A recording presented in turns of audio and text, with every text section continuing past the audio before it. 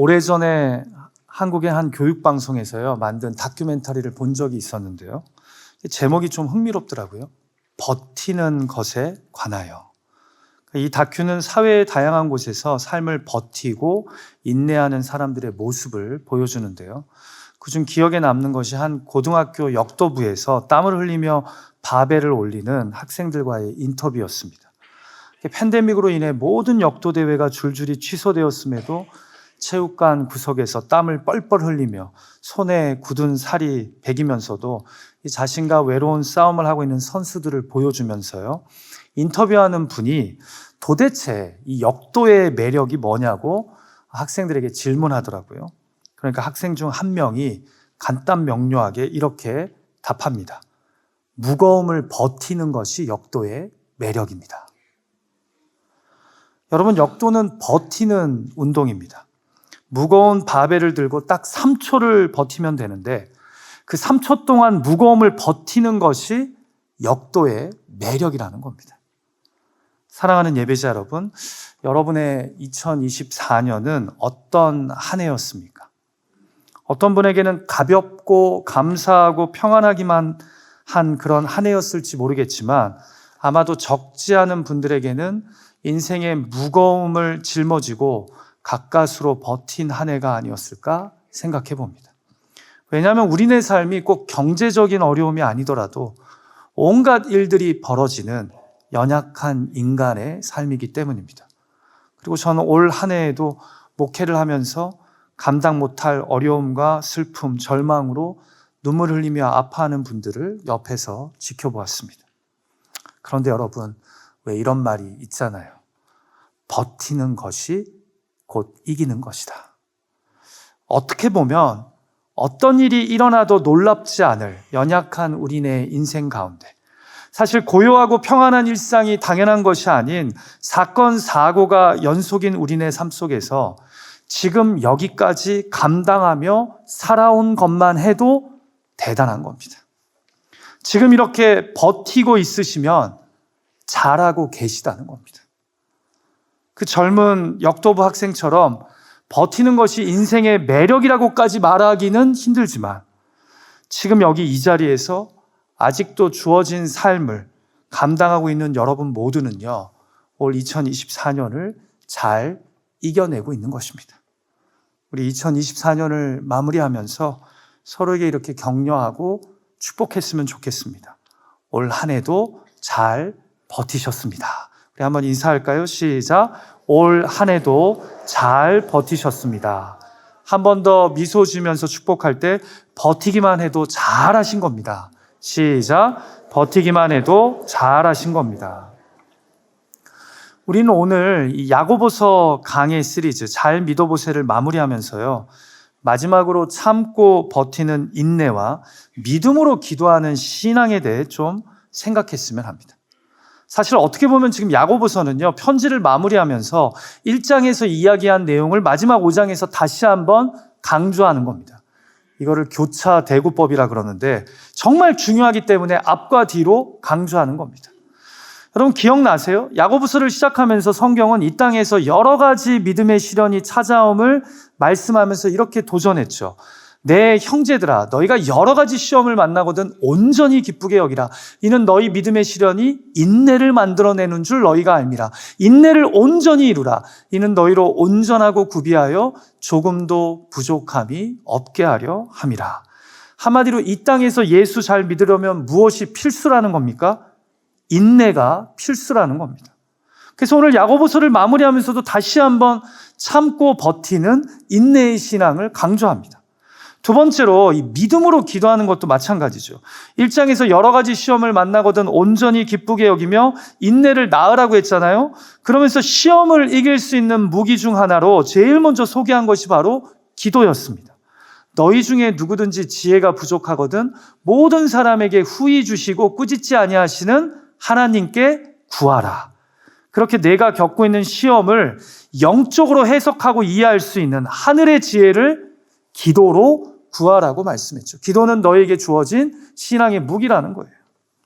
자, 그래서 오늘 야고보서를 마무리하면서요, 다시 한번 인내와 기도를 강조하는 겁니다.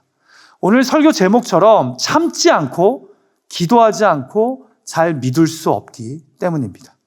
하나님 신앙은, 예수 그리스도의 복음은 결단코 인내 없이, 기도와 말씀 없이는 우리 안에서 자랄 수 없다는 거죠. 자, 오늘 잘 믿어보세 시리즈를 마무리하면서요, 우리가 함께 고민할 질문은 이것입니다. 성경은 야고보서를 마무리하면서 마지막으로 무엇을 강조합니까? 이 땅에서 잘 믿기 위해 우리에게 필요한 신앙의 자세와 태도는 무엇입니까? 자, 첫 번째로 야고보서가 우리에게 주는 도전은요, 인내함으로 원망하지 않아야 한다고 도전합니다. 여러분, 일단 이렇게 야고보서가 시작장인 1장과 마무리하는 5장에서 연속적으로 인내를 강조한다는 것은요, 신앙생활이 쉽다는 겁니까? 어렵다는 겁니까? 어렵다라는 거죠. 종종 설교자분들 중에 예수 믿는 거 쉬운데 왜 이렇게 어렵게들 믿는지 모르겠다라고 말씀하시는 분들을 볼 때가 있어요. 글쎄요, 저는 동의하지 못하겠습니다. 제가 예수를 제대로 못 믿어 좌충우돌해서 그런지 예수 잘 믿는다는 것은요, 이 땅에서 주님의 뜻대로 구별된 삶을 산다는 것은요, 결코 쉽지 않습니다. 그래서 참고 버티는 인내의 신앙이 너무나 중요한 겁니다. 같이 본문 7절과 8절 말씀 읽어볼까요? 시작. 그러므로 형제들아, 주께서 강림하시기까지 길이 참으라. 보라, 농부가 땅에서 나는 귀한 열매를 바라고 길이 참아 이른 비와 늦은 비를 기다리라니, 너희도 길이 참고 마음을 굳건하게 하라. 주의 강림이 가까우니라. 이제 편지가 결론 부분으로 나아가기 때문에 그러므로와 함께 주님의 강림이 등장합니다. 주님이 곧 이 땅에 다시 오실 것이니 그러므로 형제들아, 반드시 길이 참는 인내를 온전히 이루어야 한다는 겁니다. 자, 그런데 참고 버티는 인내를 강조하면서요, 성경이 당시 이스라엘의 농경 문화를 비유적으로 사용하는데요. 여러분, 이스라엘의 농사는요, 이른 비가 내리는 10월, 11월부터 늦은 비가 내리는 3, 4월 사이에 이루어집니다.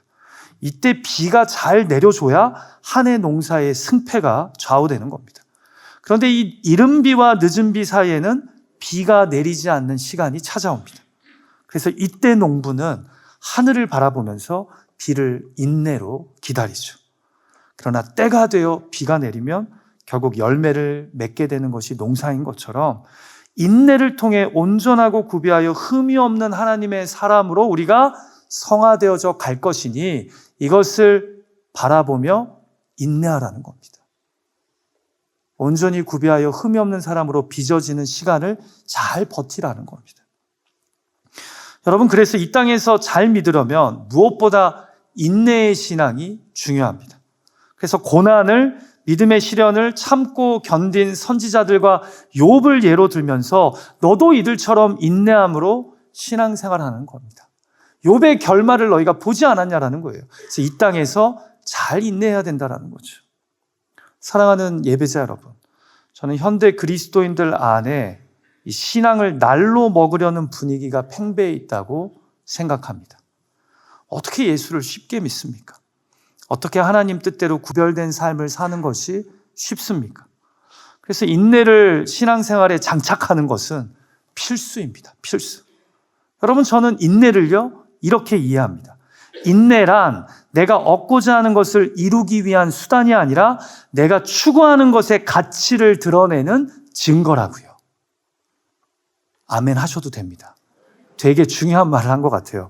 인내란 내가 얻고자 하는 것을 이루기 위한 수단이 아니라 내가 추구하는 것의 가치를 드러내는 증거라는 겁니다.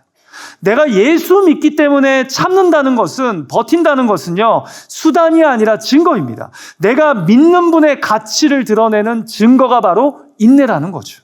그래서 예수 잘 믿는다는 것은 무엇보다 참고 버티는 나의 인내를 통해 확연하게 드러나는 겁니다.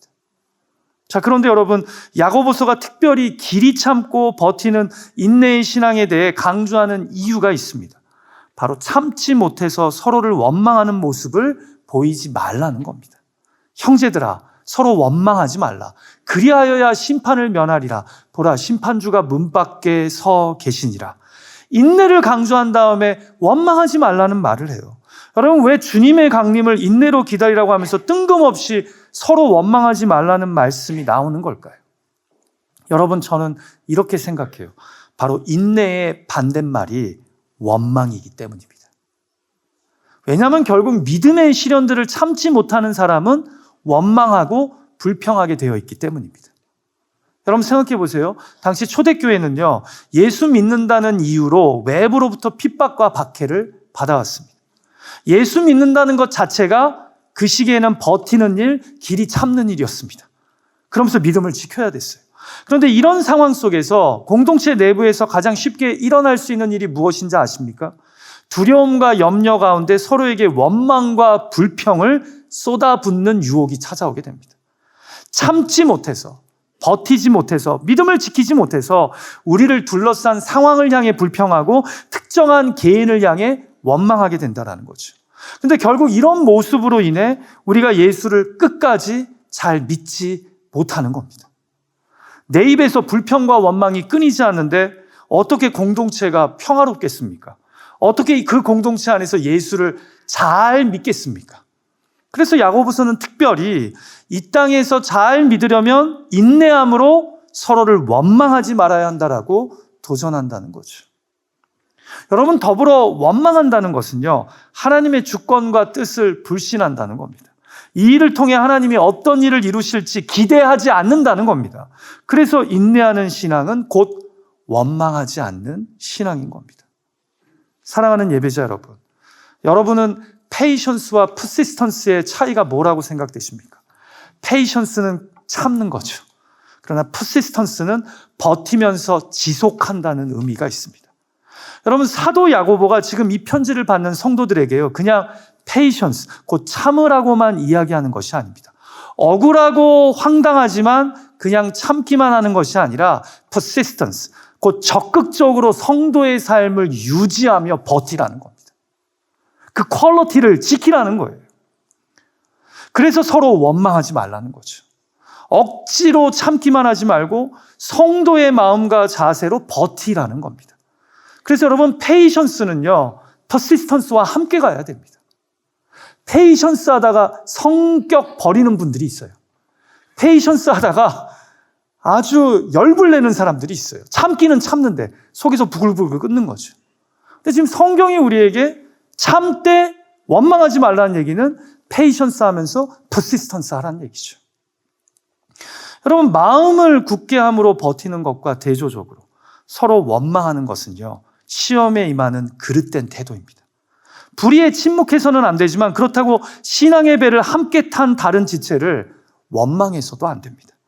하나님께서 우리를 시험하신다고 쉽게 핑계를 대거나 타인에게 책임을 돌리는 것은요, 시험의 이유나 목적을 다 알고 있는 듯 판단하는 오만하고 교만한 백성의 모습입니다. 섣부른 보복이나 불만을 거두고 오히려 좀 더 예수와 함께 인내하고 버티면서 성도의 삶을 견지해야 합니다. 그렇게 이 땅에서 주님의 재림을 기다리며 성도의 삶을 살려고 발버둥치는 것이 잘 믿는 비결이라는 거죠. 그리고 그렇게 믿다 보면 우리 안에 성화되어져 가는 열매들이 이 인내를 통해 맺혀지게 되는 겁니다.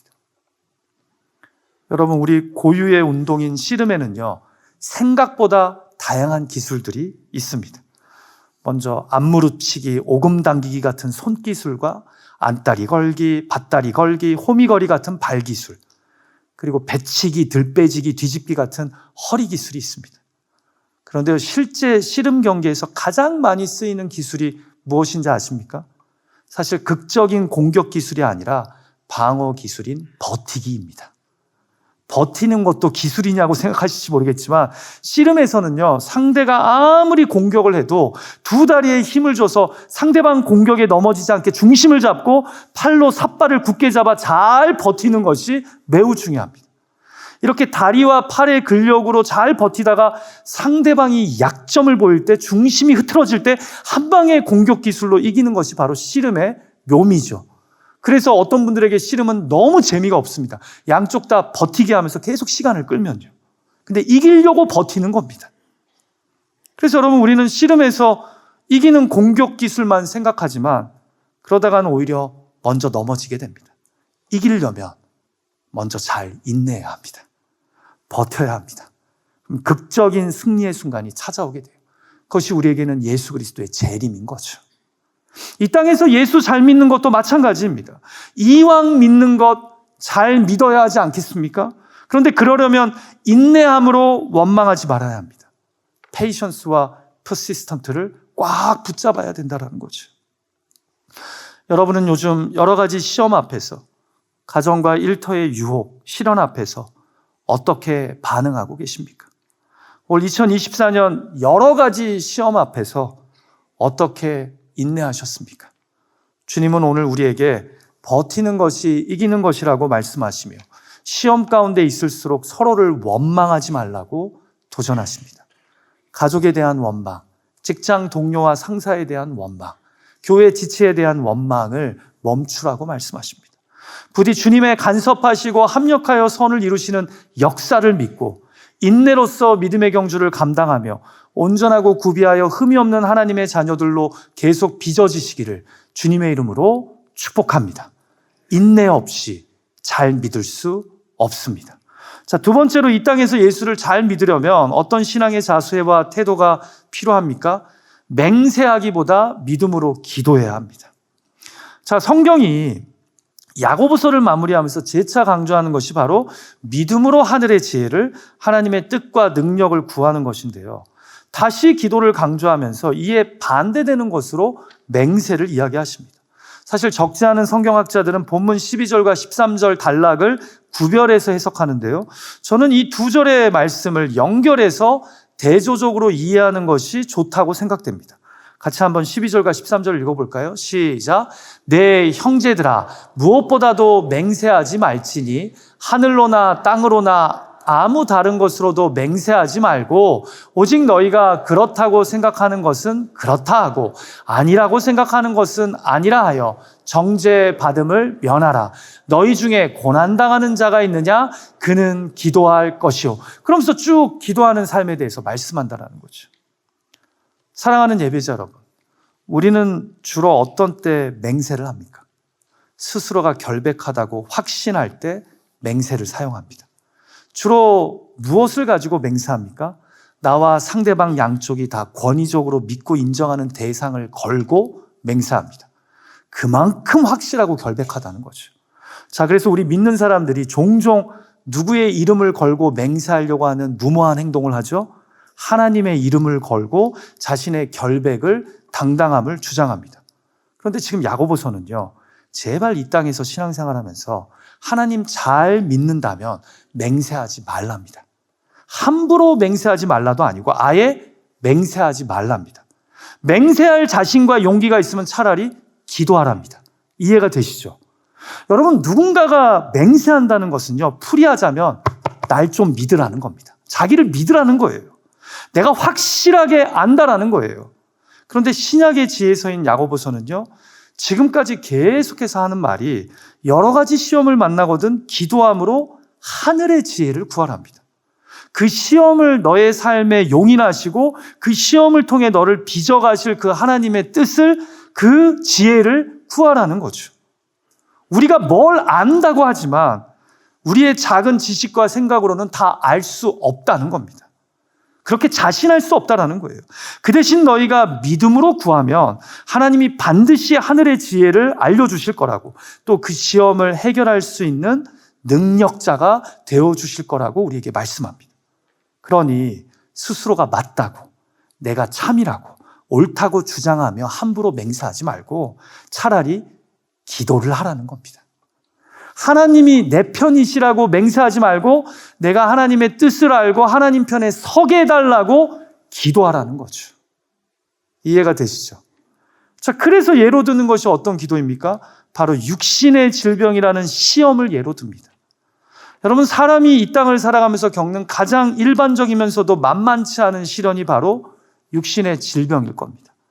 어떤 사람이라도 죽을 병 앞에서는 다 낮아집니다. 그리고 하나님을 간절히 찾습니다. 그런데 이런 질병에 걸렸을 때 연약한 인간으로서 무엇을 다 아는 것처럼 책임질 수 있는 것처럼 함부로 맹세하지 말고 먼저 겸손히 기도하라는 겁니다. 내 시련의 해결자는 내가 아니라 바로 하나님이시기 때문입니다. 맹세하는 내가 내 인생의 주인이요 해결자가 아니라 오히려 내 기도를 들으시는 하나님이 내 인생의 진짜 주인이요 치료자이시기 때문입니다. 그러니 맹세하지 말고 차라리 믿음으로 기도하라는 겁니다. 질병을 허락하신 그분의 뜻을 묻고 그 질병을 고쳐주실 그분의 도우심을 구하라는 겁니다. 나를 믿어달라는 맹세가 아닌 하나님을 믿고 의지하는 기도를 하는 것이 지혜자라는 거죠. 그러면 반드시 하나님이 응답하시고 역사하신다는 겁니다. 그러면서 성경에서 믿음으로 기도한 수많은 사람들 중에서 하필 선지자 엘리야를 예로 듭니다. 같이 17절 말씀 읽어볼까요? 시작. 엘리야는 우리와 성정이 같은 사람이로되 그가 비가 오지 않기를 간절히 기도한즉 3년 6개월 동안 땅에 비가 오지 아니하고 다시 기도하니 하늘이 비를 주고 땅이 열매를 맺었느니라. 자신을 믿으라는 맹세가 아닌 하나님을 신뢰하는 믿음의 기도로 살아온 선지자를 통해 우리가 이 땅에서 여러 가지 시험을 만남에도 잘 믿는 비결은 기도의 능력에 있음을 밝히 보이라는 겁니다. 기도로 하늘의 지혜를 얻고 기도로 이 땅을 살아갈 능력에 덧입혀지라는 거죠. 우리의 맹세에 하나님의 뜻이 갇히게 하지 말고 우리의 기도로 하나님의 능력이 역사하게 하라는 겁니다. 여러분, 그런데 이 엘리야의 예에서 흥미로운 게 하나 있어요. 우리는 주로 엘리야가 간절히 기도하니 흉년이 멈추고 비가 내렸던 것에 집중하지 않습니까? 근데 야고보서는요, 하나님의 뜻에 따라 엘리야가 간절히 기도한 즉 3년 6개월 동안 비가 내리지 않은 것도 중요하게 기록한다는 점입니다. 방금 읽으신 거에 보면 엘리야가 간절히 기도한 즉 비가 멈췄고 다시 엘리야가 기도한 즉 비가 내렸다라고 말씀하거든요. 여러분, 이게 왜 중요할까요? 우리 생각에요, 비 오기를 구하는 것은 당연하고 쉬워도 비가 오지 않기를 구하는 것은 이해하기도 쉽지 않고 기도하기도 쉽지 않은 제목입니다. 그러나 엘리야는 하나님의 뜻을 깨닫고 죄악이 가득한 북이스라엘의 백성들이 돌아오기를 기대하며 비가 오지 않기를 믿음으로 기도합니다. 주님의 뜻을 깨달아 기도한 거예요. 비가 내리지 않는 것이 주님의 뜻이라면 비가 내리지 않는 과정을 통해 이 백성들이 회개하게 해달라고 간절히 기도하고 이제 때가 차서 비가 내리는 것이 하나님의 뜻이라면 그 뜻을 위해 기도하는 선지자 엘리야가 바로 우리가 따라가야 할 기도의 모범자라는 거죠. 내 필요, 내 목적, 내 뜻만을 위한 맹세가 아닌 하나님의 뜻을 알기 위해 실행하기 위해 드리는 믿음의 기도가 우리가 이 땅에서 예수 잘 믿는 방법이라는 겁니다. 사랑하는 예배자 여러분, 저와 여러분의 기도는 하나님의 뜻을 밝히 깨달아 쫓아드려지는 기도입니까? 아니면 여전히 나의 뜻, 나의 방식, 나의 계획을 위한 기도일 뿐입니까? 부디 이 땅에서 예수를 믿으면서 맹세하기보다 믿음으로 기도하는 하나님의 백성들이 되시기를 주님의 이름으로 축복합니다. 왜 나 믿으라고 얘기하면서 하나님 이름 파십니까? 그러지 말고 진짜 믿을 하나님께 뜻과 계획을 묻는 것이 지혜라는 거죠. 내가 만나는 믿음의 시험들 속에서 나의 뜻보다 하나님의 뜻, 내 방식이 아닌 하나님의 능력으로 시험을 이길 수 있는 저와 여러분 되기를 간절히 소망합니다. 우리 옆에 있는 분에게 미소 지으면서 이렇게 인사했으면 해요. 축복했으면 해요. 내 앞에서 맹세하지 말고 하나님께 기도하십시오. 시작. 내 앞에서 맹세하지 말고 하나님께 기도하십시오. 예. 들을 귀 있는 분들은 무슨 말인지 아실 거예요. 이렇게 얘기하세요. 내 배우자가 자꾸 믿어달라고 나 맹세한다 그러면 기도하라고. 그러지 말고 기도하라고. 자, 마지막으로 야고보서는 편지를 마무리하면서 이 땅에서 잘 믿기 위해 우리에게 필요한 모습이 무엇이라고 말씀합니까? 나만 잘 믿지 않고 다른 지체가 돌아서도록 도우라고 명하십니다. 적지 않은 성경학자들이요, 야고보서의 마무리가 좀 어색하다고 이야기합니다. 그 이유는 우리가 익히 아는 신약의 서신서와는 다르게 여기서 끝나도 되나 하게 편지 글이 마무리되기 때문입니다. 보통 여러분 바울의 서신서는 어떻게 끝을 맺죠? 안부를 전한 다음에 마지막에 우리 주 예수 그리스도의 은혜가 너희 무리 가운데 너희 심령 가운데 있을지어다 하고 끝을 냅니다. 이렇게 축복하는 인사로요. 그런데 야고보서는 마지막까지 편지가 아닌 마치 설교문처럼 끝이 납니다. 같이 마지막 19절과 20절 말씀 읽어볼까요? 시작. 내 형제들아, 너희 중에 미혹되어 진리를 떠난 자를 누가 돌아서게 하면 너희가 알 것은 죄인을 미혹된 길에서 돌아서게 하는 자가 그의 영혼을 사망에서 구원할 것이며 허다한 죄를 덮을 것임이라. 아멘. 저도 모르게 아멘이 나와요. 왜냐하면 이거는 편지보다는 설교의 마지막 부분에서 강하게 권면하고 도전하면서 끝나는 느낌이 들기 때문입니다. 자, 그런데 마지막으로 권면하는 게 뭐예요? 부탁하는 게 제발 너희 공동체 안에 예수 그리스도의 진리에서 벗어나 잘못 믿고 있는 이들이 있다면 그들을 돌아서게 만들라고 이야기합니다. 여러분, 저는 여기서 성경이 말씀하는 진리에서 떠난 자들, 미혹된 길에 빠진 자들이 1차적으로는 예수가 그리스도라는 복음의 진리를 믿지 않고 거부한 자들이라고 생각합니다. 결국 이 땅에서 예수 잘 믿으려면 계속 전도해야 한다는 의미입니다. 맞습니다. 전도하는 사람은 복음을 진실하게 믿는 사람이요, 복음을 계속 전하다 보면 우리의 믿음은 더 확고해지고 단단해집니다. 여러분, 전도하는 사람은 구원의 확신, 복음의 능력 의심하지 않습니다. 그래서 이 땅에서 예수 잘 믿으려면 복음을 일상에서도 전하는 사람, 자랑하는 사람이 되어야겠죠.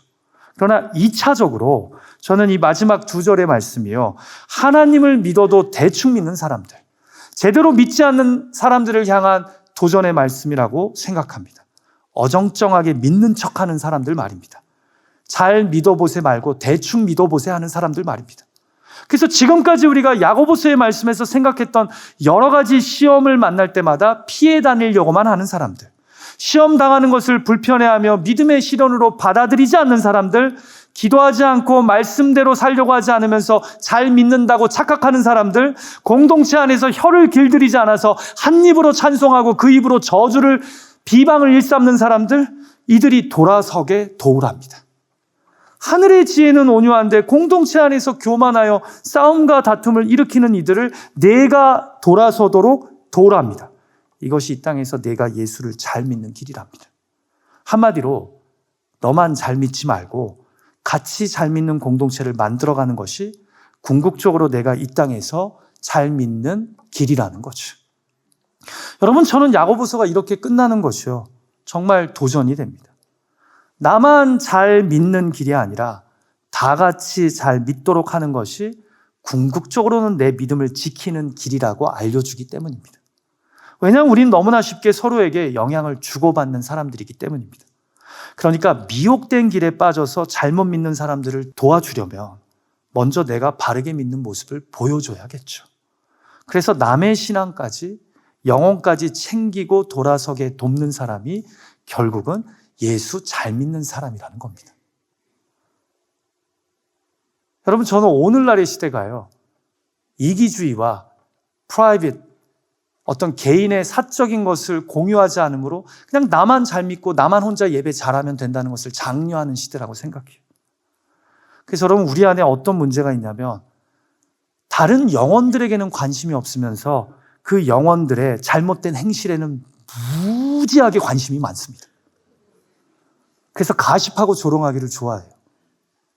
영혼에는 관심이 없고 그 영혼의 잘못된 행실에는 관심들이 많습니다. 근데 오늘 본문 말씀에서 뭐라 그래요? 그 잘못된 길을 가고 있는 그 영혼을 돌아서게 하랍니다. 내 믿음의 지체를 영혼으로 봐야 되는데 그냥 남보다도 못하게 보니까 그들의 잘못된 행실을 자꾸 조롱하는 거죠. 그래서 나 혼자는 예수 잘 믿을지 몰라도 다른 사람이 잘 못 믿는 것에 무관심합니다. 공동체 안에서도 내가 예수 잘 믿으려고 노력하는지 몰라도 남이 잘 못 믿는 거에서는 마음 아파하지 않습니다. 그래서 공동체의 믿음이 하나가 되지 못하고 각자의 믿음이 되어갑니다. 사실 내가 잘 믿는 것이 곧 다른 사람의 믿음을 위한 것이고 다른 사람이 예수 잘 믿는 것이 곧 나의 믿음의 유익이 되는데 말입니다. 백범 김구 선생님이 많이 인용했던 말이기도 하지만 사실 이 말은 김구 선생님이 아니라 조선 후기 학자인 산훈 이양현이라는 선비가 썼던 시의 내용입니다. 눈 내린 길 함부로 걷지 마라. 오늘 내가 남긴 발자국이 뒷사람에게는 길이 되리니. 내가 이 땅에서 예수 잘 믿어보려고 발버둥 치는 것이요, 내 후배 신앙인들, 내 자녀, 다음 세대 신앙인들이 믿음의 길 잘 걷는 이정표가 되어줍니다. 눈이 많이 내리는 산길에서는 앞사람 걸어간 발자국을 보고 길을 쫓아 따라가거든요. 내가 잘 믿는 것이 다른 사람이 미혹된 길에 빠지지 않게 하는 거고, 미혹된 길에 빠진 사람을 바로 돌아서게 하는 것이 나도 잘 믿고 쟤도 잘 믿고 우리가 같이 잘 믿는 길이라는 겁니다. 그래서 누군가가 잘못 믿고 있을 때 우리는 함께 기도해야 합니다. 그 영혼이 돌아설 수 있게 도와야 된다는 거죠. 말씀을 마칠까 합니다. 오늘 성경은 야고보서를 마무리하면서 우리에게 이렇게 도전합니다. 인내함으로 원망하지 말라고. 맹세하기보다 믿음으로 기도하라고. 나만 잘 믿지 말고 다른 지체가 돌아서도록 기도하며 도우라고요. 이제 이 야고보서 시리즈를 마무리하면서 우리가 마지막으로 잘 믿어보세 불러야 되지 않겠습니까? 한동안은 안 불렀는데 오늘 또 임직식도 있는데 오늘 잘 믿어보세 함께 고백하면서 이 예배 오늘 말씀 마무리했으면 합니다.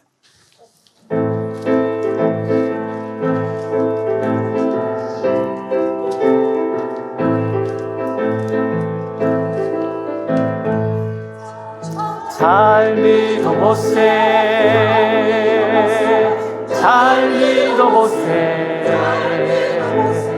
우리도 한번 잘 믿어보세, 우리도 한번 잘 믿어. 하나님 나라, 하나님 나라, 변화될 내 삶 한 마음으로 가꾸어가며 제자의 삶 기쁨도 절로 천국의 삶도 우리 것이다. 잘 믿어보세,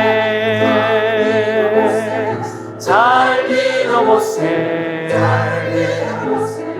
우리도 한번 우리도 한번 잘 믿어보세. 우리 옆에 있는 분에게 우리 잘 믿어봅시다 한번 인사할까요? 시작. 우리 잘 믿어봅시다. 이왕 믿는 거 잘 믿는 저와 여러분 되었으면 좋겠습니다. 같이 기도하죠.